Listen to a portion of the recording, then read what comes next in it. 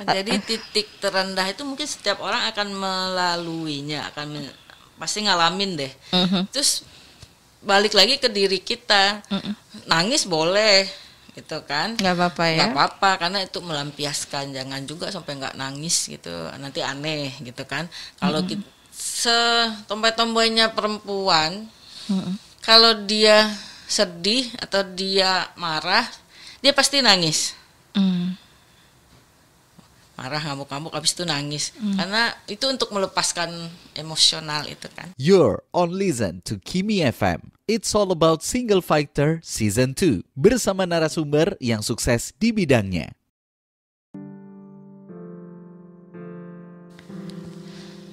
Hi, welcome back with me Kimi and welcome to my podcast Listen to Kimi FM Session 2. Terima kasih buat kamu yang loyal sama Listen to Kimi FM dan masih di segmen We Will Talk About Single Fighter yang sukses di bidangnya.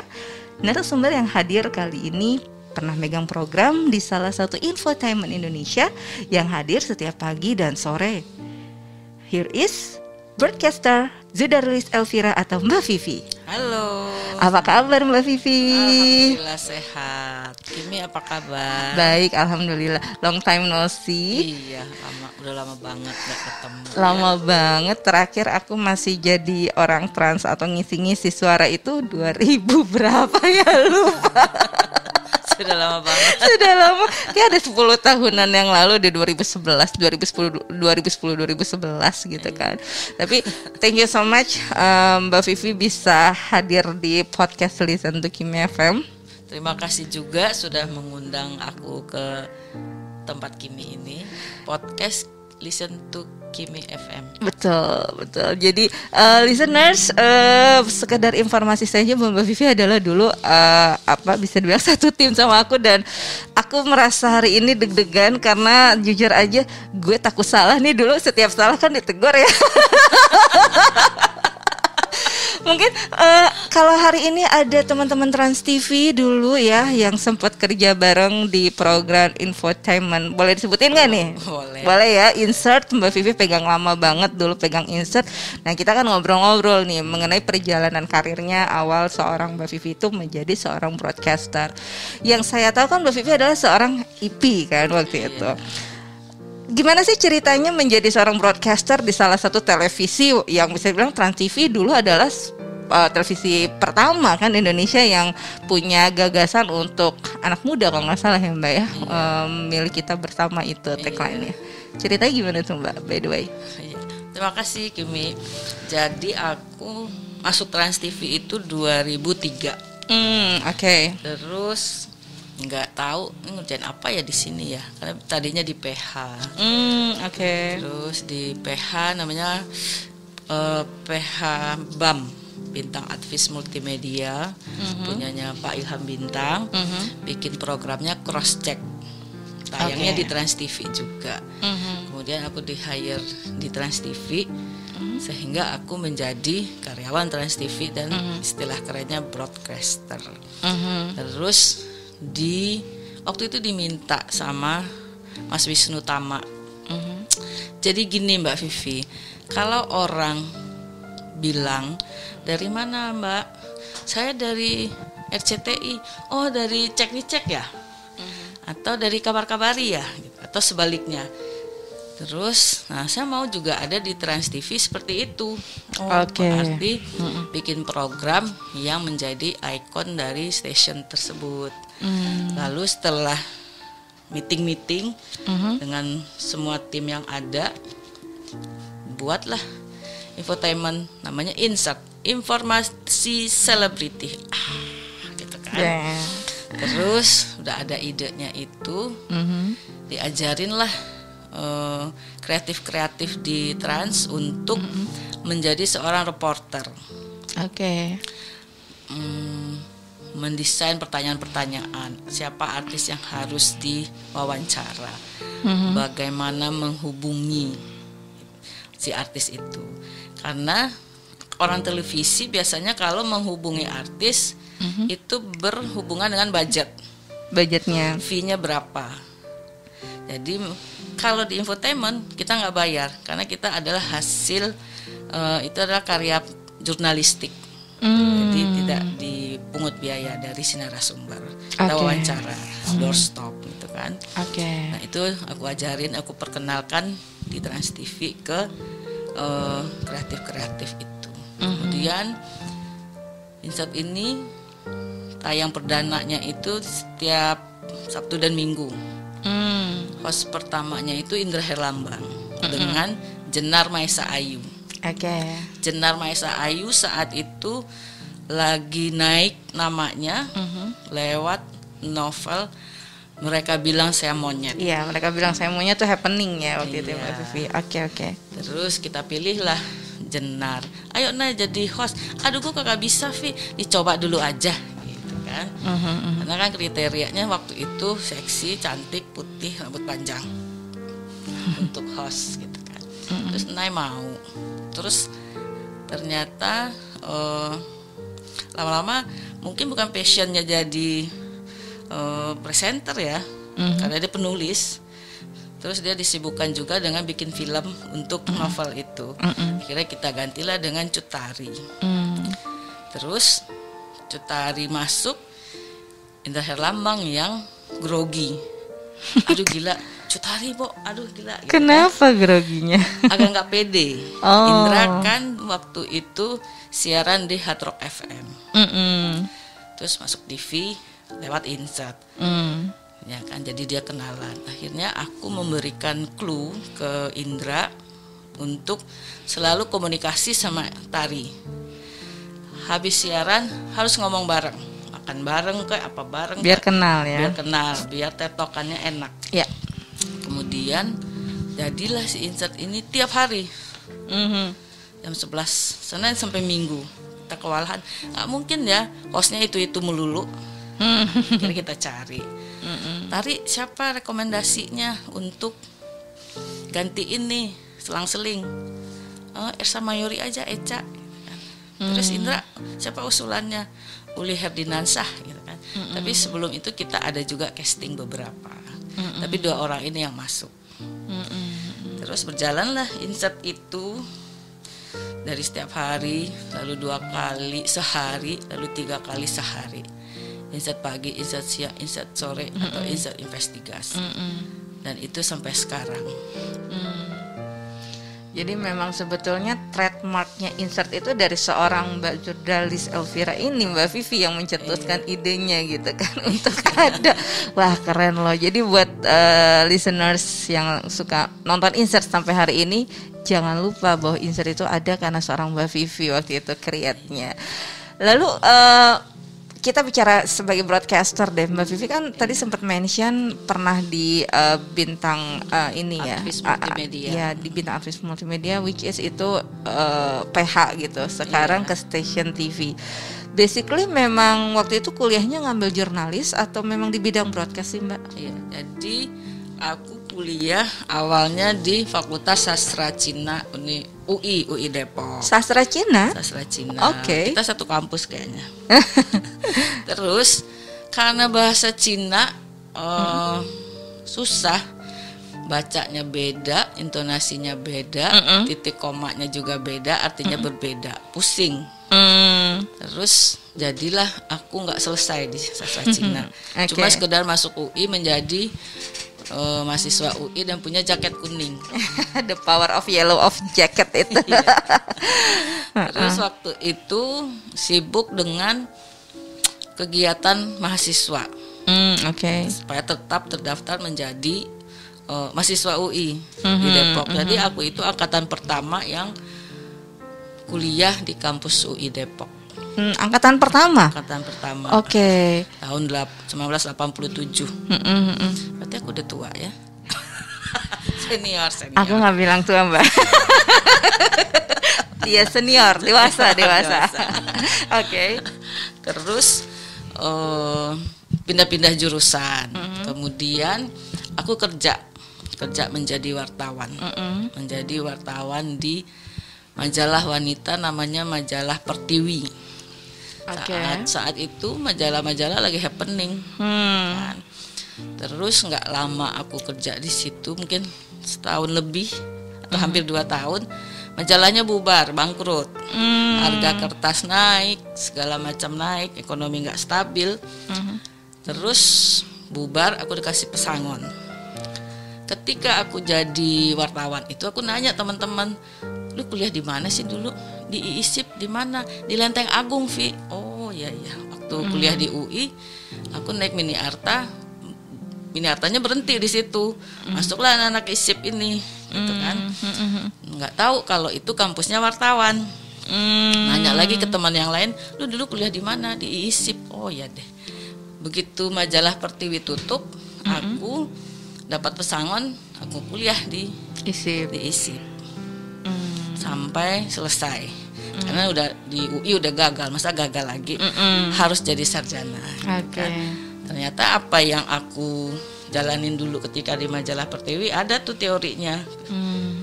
Di bangku kuliah, oh ternyata ada teorinya gitu. Terus waktu itu lulus 98, lagi reformasi. Semua pengusaha-pengusaha punya media sendiri karena nggak pakai siup lagi. Punya duit, bikin aja media sendiri, tablet-tablet bertebaran. Jadi aku setelah itu aku masuk di beberapa media cetak. Sampai akhirnya, jadi aku pernah kerja di Harian Pelita di desk ekonomi.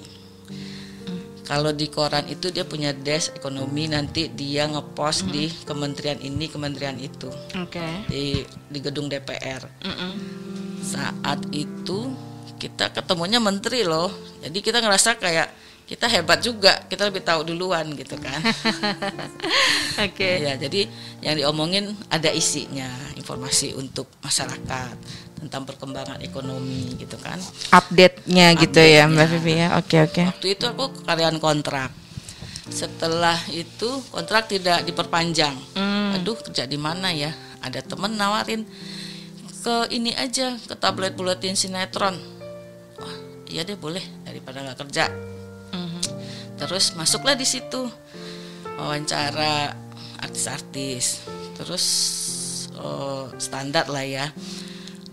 Karena bintang-bintang sinetron yang dibahas tentang sinetron. Kemudian tabloidnya tutup.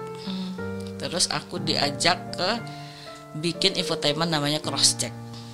Dulu gak suka banget dengan infotainment karena aku suka nulis. Infotainment itu wawancaranya panjang, tayangnya dikit, nggak puas gitu kan. Tapi ya nggak apa-apa deh, dicoba aja. Jadi aku belajar pertama untuk infotainment itu adanya di Crosscheck. Itu pertama aku menjadi reporter infotainment. Sekitar 2 tahun di Crosscheck, aku masuk ke Trans TV. Yang itu tadi yang dibilangin sama Mas Tama, harus ada ikon stasiun TV di program itu gitu kan. Jadilah itu sampai tahun 2018. Berarti perjalanan untuk menjadi seorang broadcaster itu ada tadi sempat dimulai dari Mbak Vivi sebenarnya kuliahnya di bidang di Fakultas Sastra Cina gitu kan. Iya. Di mana pernah gagal sebenarnya tidak meneruskan fakultas tersebut, Sastra Cina tersebut. Kuliah lagi ngambil di ISIP sebagai ngambil wartawan jurnalistik ini. Seruan mana sih Mbak? Maksud aku ini kan mungkin juga lagi dengerin, lagi pengen mulai kuliah lagi nih. Sebetulnya kenapa dulu kalau memang nggak suka di sastra Cina ngambil sastra Cina gitu? Dulu coba-coba nanya-nanya ke teman-teman. Terus jadi yang kita pilih adalah yang jarang diminati. Kalau peminatnya banyak, saingan banyak. Itu jadi ininya pemacunya masuk sastra Cina. Terus akhirnya masuk. Ternyata belajarnya kayak gini. Yang bikin aku gagal itu satu mata kuliah, tapi pokok. Tata bahasa Cina 1. Adanya di semester ganjil, semester 1, semester 3 gitu kan. Jadi kalau udah gagal di semester 1 harus ngulang nanti di semester 3. Sementara pelajaran yang lainnya aku lulus semua gitu kan. Terus setelah 2 atau 3 tahun, ngabisin duit nih, ngabisin umur gitu kan. Masa ngulang pelajarannya itu lagi yang diulang gitu kan. Akhirnya aku keluarlah secara baik-baik. Berarti berapa tahun Mbak? Hampir 3 tahun lah. 3 tahun ya menjadi anak sastra Cina di UI ya. Oke, sekarang kita flashback ketika Mbak Vivi pegang infotainment itu ya sebagai broadcaster. Yang saya lihat kan Mbak Vivi, karena saya juga terlibat ya, jam kerjanya itu gila-gilaan, apalagi itu tayangnya setiap hari gitu.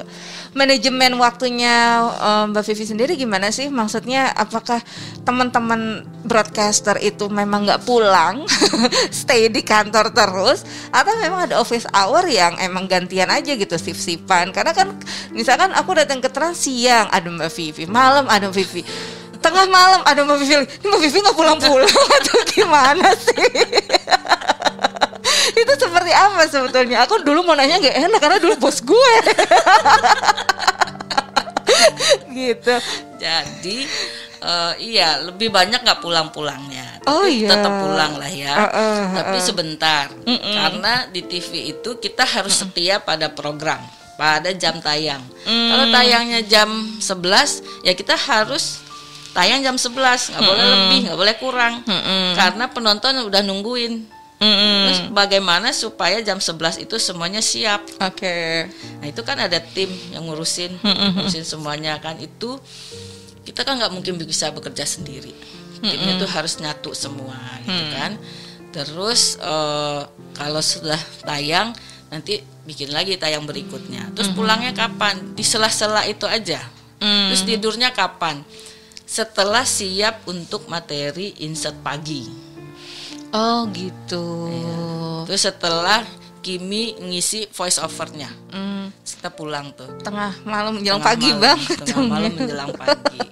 Oke. Karena yang dituntut ada tanggung jawab. Terus pagi insert itu tayang dulu 6.30 pagi. Sebelum itu kan kita preview dulu materinya. Takut ada yang salah gambarnya, ada yang mana. Itu dipastiin nggak ada masalah setelah tayang. Berarti memang ya itu loyalitas tingkat tinggi ya sebagai seorang broadcaster, apalagi untuk pegang ya bisa dibilang sebagai seorang eksekutif produser dengan tim yang belum tentu apa yang kita inginkan tim juga bisa mengerjakan gitu nggak sih Mbak Vivi? Dulu tuh Mbak Vivi kan terkenal galak banget nih ya listeners, jadi yang aku ingat dulu ya kalau salah ini pasti ya ada aja gitu tegurannya, salah nyebut nama artis lah atau intonasi atau apalah gitu ya. Sampai sekarang masih kebawa galaknya Mbak Vivi. Harus di cross check gitu kan. Sekarang Mbak Vivi apa sih kesibukannya? Aku belum tanya dari tadi nih gitu kan, setelah 2018 keluar dari insert itu. Iya. Aku sama teman bikin konsultan komunikasi. Oh, keren banget. Oke. Setelah waktu itu aku kuliah lagi di IISIP, Fakultas Komunikasi jurusan jurnalistik S2. Terus mempelajari sistem cara-cara berkomunikasi gitulah ya. Banyak buku-bukunya gitu kan.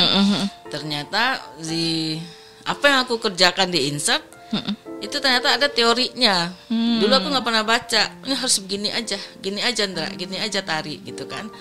Terus kalau bos nanya, enggak harus gini aja Pak. Itu pakai feeling aja. Ternyata setelah kuliah S2 ada bukunya. Misalnya seorang presenter itu jangan diganti-ganti karena dia akan menjadi ikon program itu. Kan?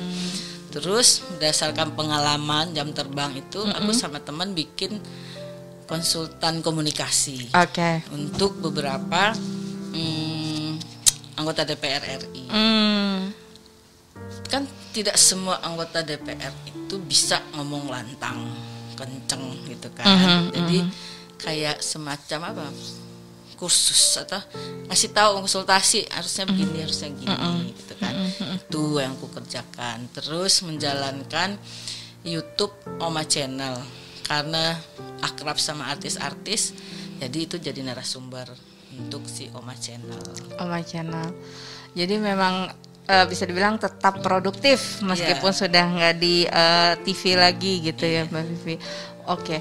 Well, bicara tentang keproduktifan Mbak Vivi ini kan pasti kan tetap dengan jam terbang yang sudah Mbak Vivi alami gitu ya, bisa bilang dengan kesibukan yang tidak kenal dengan waktu seperti itu, apalagi ya dari jam tidur aja bisa pagi atau bisa kurang dari 8 jam mungkin ya Mbak Vivi tidur yang jalani setiap harinya.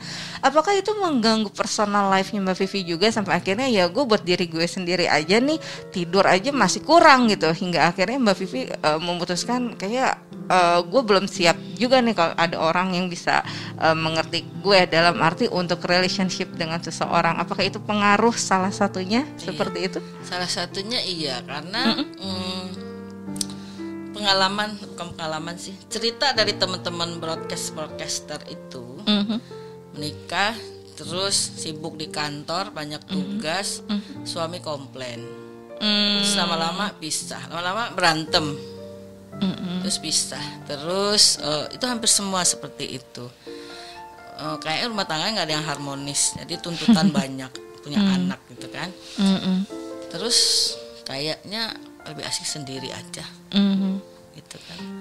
Terus itu yang aku jalanin gitu kan, karena ngelihat contoh-contoh banyak yang gagal gitu. Oke.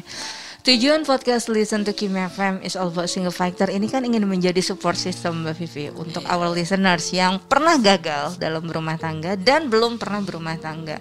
Nah di sini kan kita mengangkat sosok yang sudah sukses di bidangnya. Mbak Vivi sudah sukses sebagai seorang broadcaster, tapi satu sisi juga masih sebagai single factor.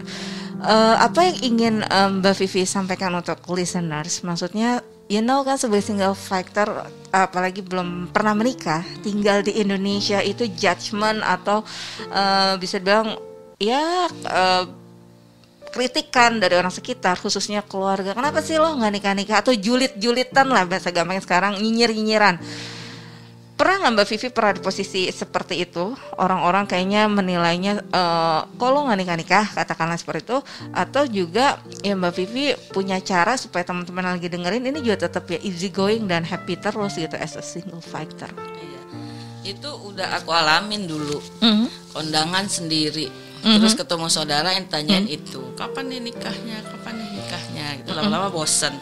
Terus lama-lama nggak mau lagi ketemu, males atau ketemu sebentar, jadi tidak membuka pembicaraan yang lama, tidak memberikan kesempatan orang-orang untuk bertanya hal pribadi gitu kan. Karena menurut aku itu kan pribadi gue, kok lu rese gitu kan.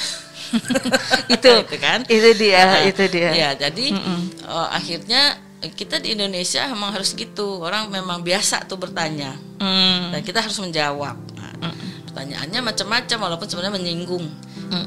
Teman SD atau SMP bertahun-tahun, puluhan tahun gak ketemu, nanyanya gitu, Vi, suaminya mana, anaknya berapa, what gitu kan. Kita udah lama di sini, males banget ditanyain itu, tapi itu kan tetap harus dijawab. Betul. Jawabnya ya belum jodoh, belum ketemu jodohnya. Gitu kan. Oh iya deh. Kalau yang rese pertanyaannya berlanjut gitu kan. Jadi memutuskan untuk single ya enjoy aja sendiri itu. Terus kan apa-apa kita bisa sendiri juga. Terus itu sih lebih pentingnya itu. Udah, kalau orang nanya kayaknya nggak perlu dijawab atau dialihkan ke tema lain gitu. Okay. But have you ever been in love with someone? Or maybe you have a trauma with relationship before? Enggak sih ya. Cuman ngelihat orang-orang di sekitar, yang ternyata nikah nggak banyak juga yang happy. Banyak banget persoalannya. Jadi waktu itu berpikir gini, kalau perempuan itu nggak nikah, terus persoalannya adalah dia akan disebut perawan tua. Itu dia, makanya aku bikin podcast ini untuk saling support supaya tetap tidak terpengaruh dengan omongan tersebut. Terus setelah aku lihat-lihat, karena banyak juga yang gagal, ternyata satu kalimat yang mungkin semua orang nggak mau begitu. Setelah dia menikah, dia tidak menjadi perawan tua. Tetapi ada ribuan atau ratusan persoalan di dalam rumah tangganya yang terjadi. Lu karena gara-gara nggak mau diomongin itu, terus lu nikah terpaksa. Tapi persoalannya belakang itu banyak loh. Lu harus hidup dengan orang yang dari lahir sampai dia menikah, lu nggak tahu dia kayak gimana karakternya. Lu orang yang berbeda. Yes. Macam-macam tuh persoalannya. Dan dari situ akan banyak perceraian. Jadi karena ngelihat orang di sekitar kayak gitu, artis sebenarnya sih bukan artis aja yang kawin cerai, orang biasa juga ada. Banyak. Nah, ngomongin perceraian kan memang yang hadir di podcast Listen to Kimi FM ini juga mostly mengalami perceraian yang ya tidak hanya menyakitkan untuk satu pihak, tapi juga dua pihak dan tiga pihak, seperti anak-anaknya pun juga dengan keluarga besarnya, seperti itu. Makanya saya ingin yang mendengarkan support system to our listeners yang single factor ini, bahwa ya sebagai single factor ya jangan stuck in the moment, karena kan kadang ketika kita mendapatkan satu momen ya kayak omongan dari orang lain itu kan jadi kepikiran terus ya Mbak Vi, apalagi sebagai perempuan, ya bukannya baperan sih, tapi kita kan lebih memainkan perasaan dibandingkan dengan logika.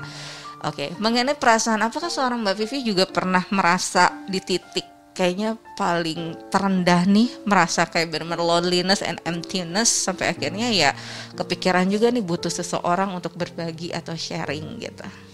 Enggak, padahal kan banyak teman, masih suka ketemu teman-teman. Kalau di usia sekarang seringnya ketemu dengan teman-teman di masa lalu. Teman SMP, teman SMA, mungkin teman SD gitu kan. Apalagi kalau kita dari satu daerah. Oke. Terus jadi kenangan masa lalu yang diingat gitu kan. Jadi ada fase dalam hidup kita adalah beberapa tahun, 20 tahun yang lalu, aku nggak mau tuh ketemu teman SD, teman SMP, teman SMA. Kenapa? Ya, ngapain sih? Mungkin karena masih sama-sama merintis, sama-sama sibuk gitu kan. Nah, sekarang sampai di titik ini, akhirnya teman-teman SMP, SD itu tuh kita jadi kayak saudara. Kita cerita zaman-zaman dulu, zaman-zaman kita di Bukit Tinggi, begini begitu. Jadi udah kayak saudara aja gitu. Dan itu teman-temannya banyak. Oke, kalau gitu saya bisa menangkap poinnya bahwa yang sedang mendengarkan juga jangan terlalu dipikirin lah ya apa omongan orang lain gitu. Gimana pun juga ya itu kepribadian kita ya Mbak Vivi ya. Cuman kan sekali lagi nih, kita tinggal di lingkungan yang orang itu kita tidak bisa kontrol omongannya, apalagi keluarga gitu. Mbak Vivi sendiri gimana? Punya keluarga yang memang let's say ya support aja gitu dengan keputusan Mbak Vivi, atau memang ya keluarga besar juga sempat kayak menyudutkan Mbak Vivi gitu loh dengan posisi Mbak Vivi yang masih sebagai single fighter saat ini? Menyudutkan enggak, cuma pertanyaan-pertanyaan itu selalu ada. Kapan nih? Jawabannya juga standar, normatif. Ya belum ada jodohnya gitu. Sampai bosen nanya, jawabannya juga gitu. Oke. Terus aku kalau ada undangan, pede-pede aja tuh pergi sendiri, salaman sama pengantin, ngantri itu salaman sendiri, yang lain pasangan. Biasa aja. Kalau orang sama siapa, Vi? Rame-rame tuh, karena kan di bawah tuh pasti ada teman-teman kita. Betul. Jadi jawabannya gitu. Sama siapa? Sendiri? Enggak tuh, teman-teman ada di situ. Iya. Oke, jadi jangan takut tuh listeners, remember you're not alone. Bahwa ya semua kan keputusan kita ya, mau menjadi seseorang yang single atau double gitu. Karena gimana pun juga satu kehidupan itu tidak sama dengan kehidupan lainnya yang jalanin gitu kan. Mbak Vivi aja bisa sukses sebagai seorang broadcaster, masa kamu enggak sih gitu. Mbak Vivi, sekarang kan lagi susah banget nih pandemi ini, kita nggak tahu kapan akan berakhir. Ada yang bilang akan normal 3 tahun minimal 3 tahun, berarti ini kan kita baru masuk tahun pertama sebetulnya, berarti kan 3 tahun masih 2 tahun lagi gitu kan. Waktu Mbak Vivi kerja itu kan jam kantornya gila-gilaan ya, bisa bilang kesehatan aja terganggu dengan pola tidur. Nah sekarang gimana dengan era pandemi ini, apakah pengaruh, apalagi kan bisa bilang Mbak Vivi juga tidak seaktif dulu gitu. Bagaimana sih menjaga pola kesehatan menurut seorang Mbak Vivi khususnya di era pandemi seperti ini buat supaya teman-teman juga bisa tetap produktif, apalagi punya konten-konten channel seperti yang Oma Channel seperti itu. Oh itu meski pandemi kita harus selalu di rumah. Tapi sesekali harus keluar rumah juga. Itu dengan protokol kesehatan yang disarankan karena kita menjaga kita dan menjaga teman gitu kan. Betul. Terus tetap bertemu dengan narasumber atau ada klien yang memang perlu ditemuin ya juga harus ketemu gitu. Terus dengan pandemi ini memang waktu lebih banyak di rumah. Terus tapi kan kita tetap harus kreatif. Betul. Terus itu yang harus disesuaikan dengan jam istirahat. Kalau dulu tekor istirahatnya, tidurnya tekor gitu kan. Nah, kalau sekarang sudah nggak tekor, ngepas lah gitu kan. Terus makan yang teratur, minum vitamin. Sebenarnya sih yang standar aja. Makan tuh ya jangan sampai telat karena kalau kita sakit ya kita yang menderita gitu kan. Nah, kan kembali lagi itu kan bisa dibilang menjaga kesehatan dari segi self care-nya. Tapi kalau dari inner beauty-nya dalam arti dari dalam kita kan juga perlu dilatih ya supaya waras lah pikiran ini. Mbak Vivi pernah di pandemi tahun ini pernah ngedown juga nggak dengan kondisi yang kayaknya udah virus terus juga nggak bisa ngapa-ngapain, apalagi ya baru kehilangan ibu juga kan belum lama gitu. How you handle the situation and healingnya seperti apa sih? Iya, kehilangan ibu itu Juli 2020, sedih banget gitu kan. Terus sering nangis. Sebentar nangis gitu ya. Tapi kan kita nggak bisa begitu terus. Hidup harus berjalan, kegiatan harus dilakukan terus gitu. Jadi aku sendiri yang merubah itu. Nggak boleh sedih lama-lama gitu kan. Kalau sedih telepon kakak-kakak atau teman gitu kan untuk ngobrol. Terus kalau kangen ibu ya lihat foto, lihat video. Terus atau kalau enggak ya cari kegiatan yang di rumah lah. Mungkin sekarang ini ada hobi baru sama kali aku dengan orang-orang lain. Nanam bunga, piara kucing gitu kan. Terus rajin bersih-bersihin rumah. Karena kita diam aja di rumah gitu kan. Keluar pun kalau nggak penting-penting banget ya enggak. Kalau nggak ada perlu ya karena memang disarankan untuk di rumah saja gitu kan. Iya, berarti tadi yang saya simak juga momen tersedihnya Mbak Vivi adalah ketika kehilangan ibu. Jadi buat kamu yang mungkin sekarang lagi ada momen kamu lagi sedih banget nih, listeners hari ini lagi dengerin I don't know what to do, ya kamu harus melakukan kegiatan yang mungkin tadi bisa bikin kamu terpacu juga kan, nanam tanaman atau bunga, menghubungi kerabat atau saudara, karena nggak salah juga kan kita tetap berkomunikasi di era pandemi seperti ini gitu. Jadi titik terendah itu mungkin setiap orang akan melaluinya, pasti ngalamin deh. Terus balik lagi ke diri kita, nangis boleh, gitu kan? Nggak apa-apa ya? Nggak apa-apa, karena itu melampiaskan. Jangan juga sampai nggak nangis gitu, nanti aneh gitu kan? Kalau setomboy-tomboynya perempuan, kalau dia sedih atau dia marah, dia pasti nangis. Marah, ngamuk-ngamuk, habis itu nangis. Karena itu untuk melepaskan emosional itu kan. Jadi jangan sampai nggak nangis, biarin aja, itu kayaknya itu hal yang biasa. Terus ketika ketemu temen bisa ngobrol bareng-bareng, ngakak-ngakak, itu juga dilepasin juga, jangan malu-malu juga, ketawa dikit-dikit, jangan. Jadi diri sendiri aja. Be yourself. Wah, itu dia tuh, harus dipecut kitanya maunya seperti apa, mau happy aja atau mau sedih terus gitu kan. Karena kan kembali lagi Mbak Vivi, kenapa podcast ini hadir, ingin menjadi support system. Bisa jadi yang dengerin sekarang ada di fase gue sendiri nih, hidup sendiri, single fighter, kayaknya no one, dan mau cerita pun bingung kan sama orang, karena kadang kan lawan bicara yang kita ajak ngobrol kalau tidak sefrekuensi itu malah menjadi toksik juga dalam obrolan tersebut.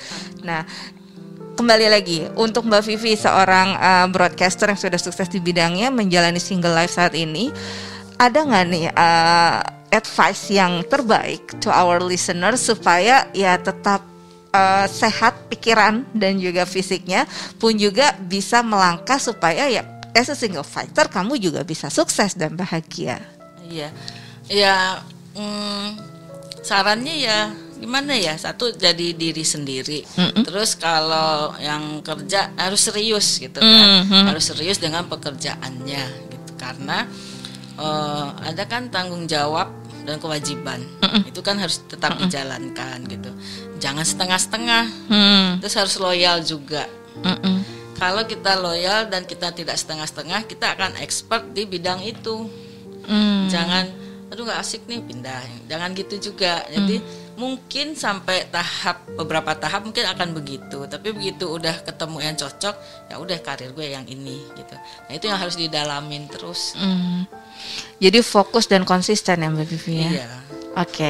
Oke.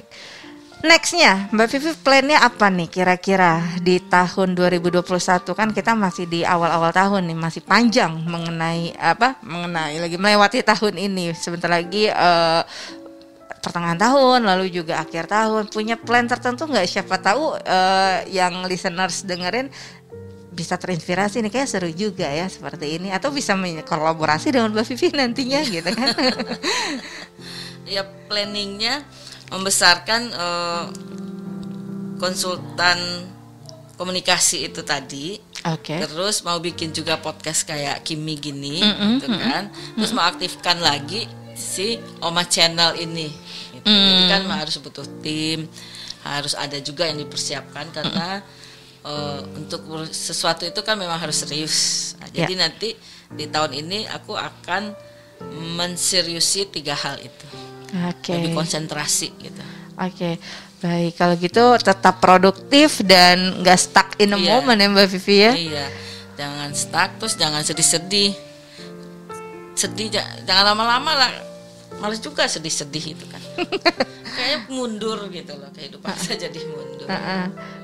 Itu dia teman-teman. Jadi listeners jangan sedih-sedih, nangis is okay, tapi jangan kelamaan karena life must go on. Gitu kan.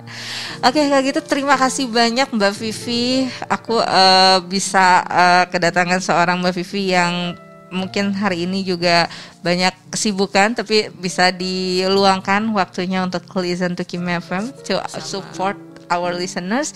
Intinya apapun itu yang sedang Mbak Vivi jalani, semoga lancar-lancar dan tetap jaga kesehatan. Sukses for everything. Dan ada lagi mungkin yang ingin disampaikan terakhir kali untuk listen to Kimi FM and our listeners? Jadi nggak ada sih, cuma ada tambahan ketika bikin insert itu dulu, itu kan gosip, mungkin cerita di balik layar kali ya, itu kan gosip. Tapi aku juga jadi eksekutif produser untuk program religi, berita Islami masa kini. Oh iya itu ya. Jadi itu tantangan dong ya. Satu sisi nggak boleh gibah, satu sisi tentang Islam. Oh iya, aku baru ingat Mbak Vivi bikin itu.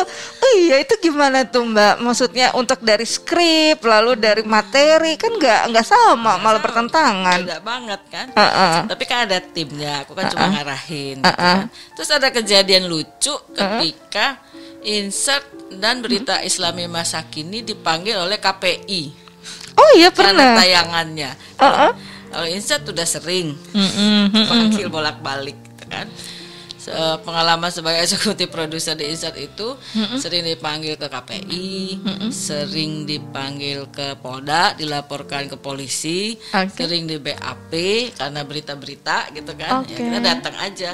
Jadi kalau ketemu kalau dipanggil ke kantor polisi ditanyain untuk BAP, jadi udah nyantai aja, pertanyaannya gitu-gitu aja gitu. Tapi bukan ditangkap polisi, tapi ditanyain karena ada artis yang bermasalah, terus kita menayangkan, terus kita yang ditanyain. Nah yang lucu itu ketika di 2 program ini dipanggil sama KPI. Pertama insert dulu yang dibahas. Bener nggak bikin berita ini? Oh iya Pak bener, karena gini-gini harusnya gini-gini. Oh iya Pak maaf ya Pak, nanti saya akan teliti lagi. Terus, nah sekarang mana tuh eksekutif produser berita Islami? Saya juga Pak. Satu ya, orang yang sama. Waktu itu berita Islamnya apa Mbak dipanggilnya? Waktu itu hostnya Teguh Wisnu. Ada keselimpet baca salah satu ayat gitu. Oh iya, sampai segitunya ya. Terus ada lagi waktu itu berbarengan. Jadi untuk beberapa kasus panggilnya sekali. Berbarengan dengan mau pilkada zaman dulu. Gambarnya salah satu calon kebanyakan. Diperhatikan karena, ya. Kenapa gambar calonnya ini pendek, yang ini lebih panjang gitu kan? Itu kan cuma sebenarnya masalah editing. Iya, iya. Bagi KPI itu bermasalah. Kayaknya ada apa-apanya nih dengan calon yang lebih mendukung kayaknya kelihatannya. Gitu. Padahal nggak gitu. Jadi jawabannya ya Pak, maaf Pak, ini saya nggak teliti nih, harusnya saya teliti gini-gini. Oh ya, nanti dibenerin. Iya siap Pak. Entah, beres. Jadi itu pengalaman yang seru juga ya Mbak Vivi ya. Nah ngomongin ini balik ke insert. Dari semua host itu kan kalau saya lihat kan memang jadi trademark ya. Satu hostnya insert itu pernah kena kasus gitu kan, dimana semua orang tahu ya Cut Tari pernah terlibat skandal video pornografi, katakanlah kalau kita flashback waktu itu. Dalamnya kru insert sendiri gimana menanggapi ketika video itu akhirnya merebak dan orang kan taunya ya insert adalah Cut Tari adalah hostnya insert, itu pengaruh nggak sih waktu itu Mbak? Waktu itu berpengaruh, kita semuanya sedih. Tapi sebelumnya memang nggak tahu sama sekali ya. Nggak tahu. Sebelumnya kan berita tentang Luna. Tahu-tahu Tari muncul ya. Terus habis itu Tari gitu kan. Terus ya mau nggak mau kita harus bersikap juga kan. Waktu itu kita semua krunya sedih. Kita menahan berita itu 1 hari tidak menayangkan. Dan waktu itu masih zamannya Twitter. Terus pada marah tuh, di tag ke Wisnu Tama. Aku dipanggil karena menahan berita itu. Kita semuanya di SP nama Mas Tama.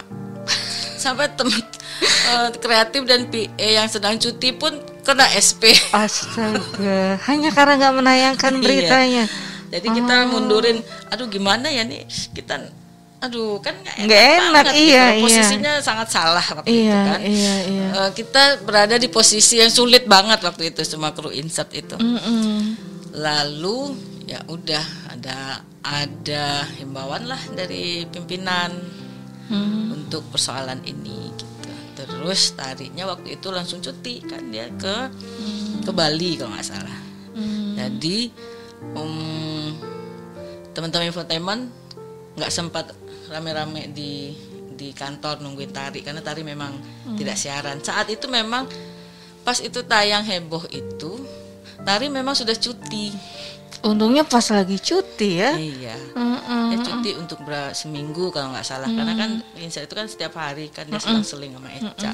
Waktu itu udah Venita Ari waktu itu partnernya Tari.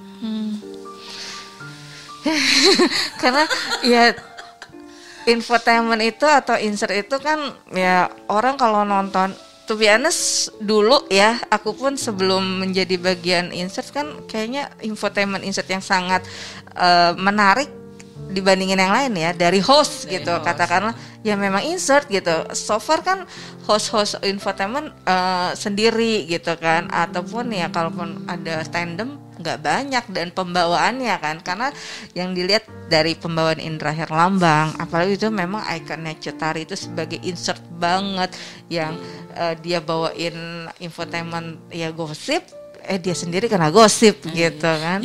Judesnya dapat kan. Judesnya. Terus dengan closing yang ngedance itu kan.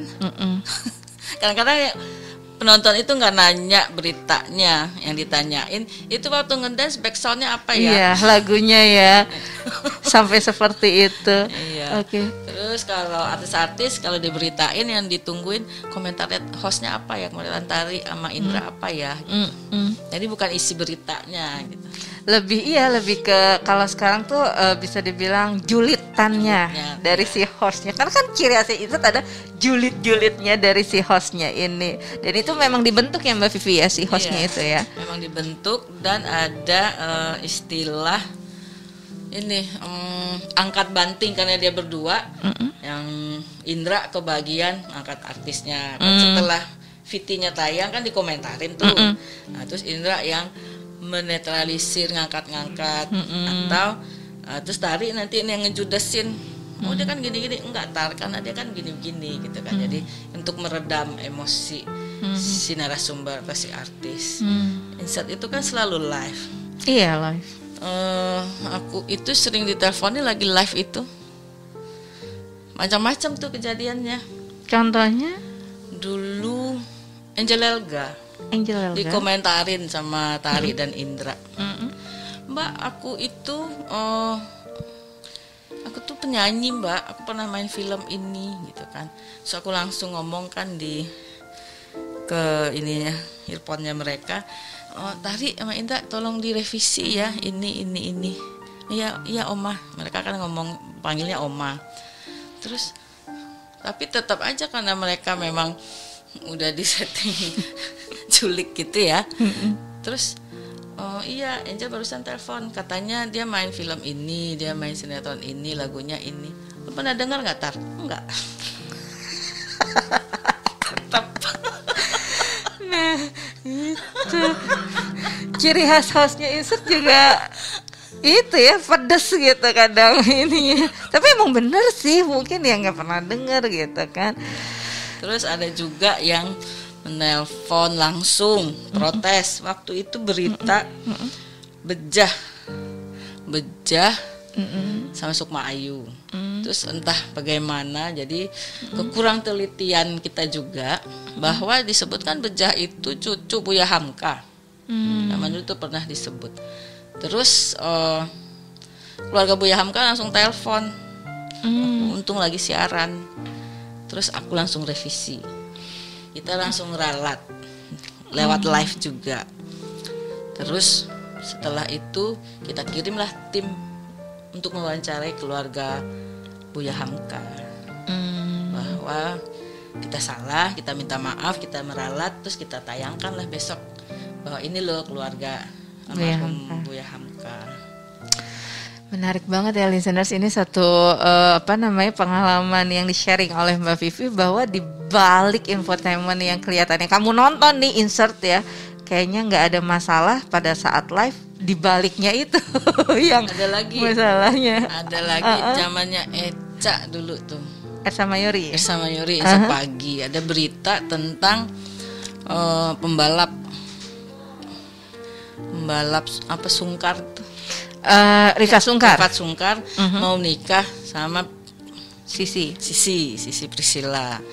Terus sebelumnya kan mereka bukan sebelum sama Sisi. Oh yang pertama istrinya gitu kan. Tapi kan kita kalau bikin berita kan disebutin mantan-mantannya gitu. Iya, mantan-mantan yang pernah hadir. Keluarlah gambarnya. Terus ternyata calon mertuanya nonton. Oke. Nggak tahu ngomongnya gimana gitu ke Rifat. Terus tiba-tiba Rifat itu udah datang depan studio, ngotok-ngotok. Oh ya, datang mau ketemu Ersa Mayori. Kita ketakutan. Ersanya ngomong apa? Enggak ngomong apa-apa, enggak komentar apa-apa. Komentar kan standar, enggak nyelutin gitu kan. Terus dia langsung, ternyata dia keberatan kalau berita dia dengan calonnya itu menyangkut-nyangkutkan mantannya. Oh, ya ampun. Bukan hanya ditelepon, tapi disamperin. Terus Eca komentarnya, dia benar-benar pembalap, langsung datang.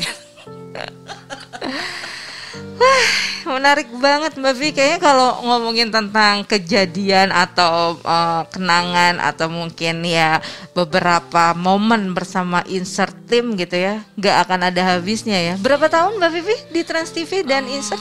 Hampir 15 tahun. Wow, 15 tahun 14 ya. 14,5 tahun. 14 tahun ya, itu bukan waktu yang sebentar. Makanya Mbak Vivi banyak sharing tadi dari mulai menjadi broadcaster, jurnalis gitu kan, sampai akhirnya dipercaya pegang Insert, trademarknya adalah Mbak Vivi gitu kan. Sekarang kangen nggak sebetulnya sama program infotainment seperti Insert? Ada keinginan nggak bikin Insert lain gitu sebetulnya? pengennya sih bikin insert TV gitu kan. Adalah karena jam terbang terus kenalan-kenalan, relasi-relasi kan tinggal digodok aja. Betul.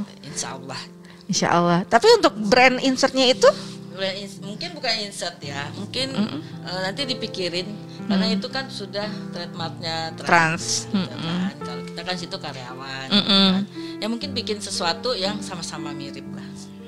Karena memang pernah expert di bidang itu ya Mbak Vivi ya. Wah, balik lagi nih, semoga yang sedang Mbak Vivi rencanakan atau impikan bisa berjalan dan terwujud dengan baik. Karena gimana pun juga ya kita sebagai seorang pekerja kreatif nggak bisa diem ya Mbak Vivi. Kayaknya kalau diem aja gatel gitu, pengen bikin sesuatu. Mumpung lagi era digital Mbak Vivi, semua kita kembangin aja dengan cara-cara yang serba digital ini. We never know.